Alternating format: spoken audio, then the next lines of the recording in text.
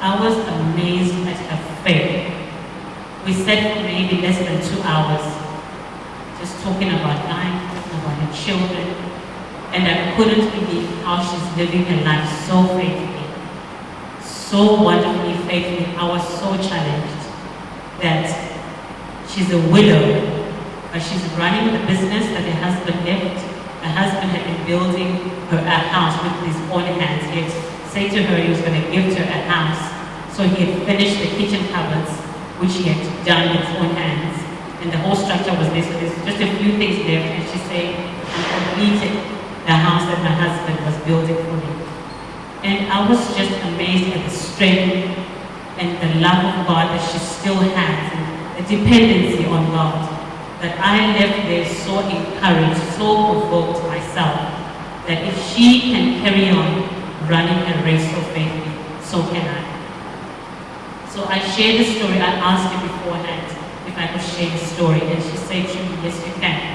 If you feel that it fits, you can share my story. I share this story because I want you to know that none of our suffering is wasted.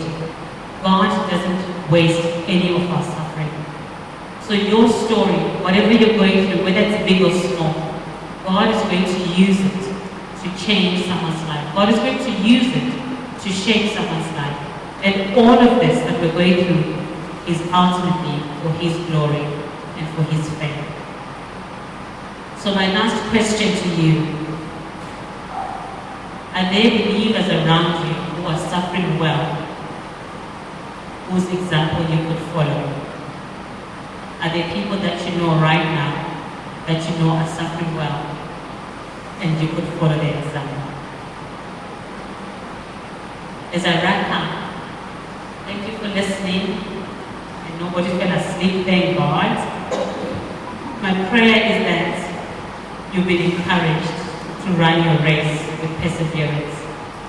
You've been encouraged to yield completely to the potter.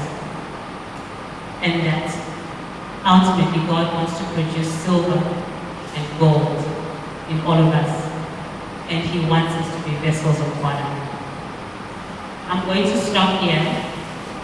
I thought I'll just open up for questions if anyone has a question for me. There's no question that's too bad or question that's too good. If I can't answer, I'll say so. If I can answer it, I will. Then after that, we can pray together.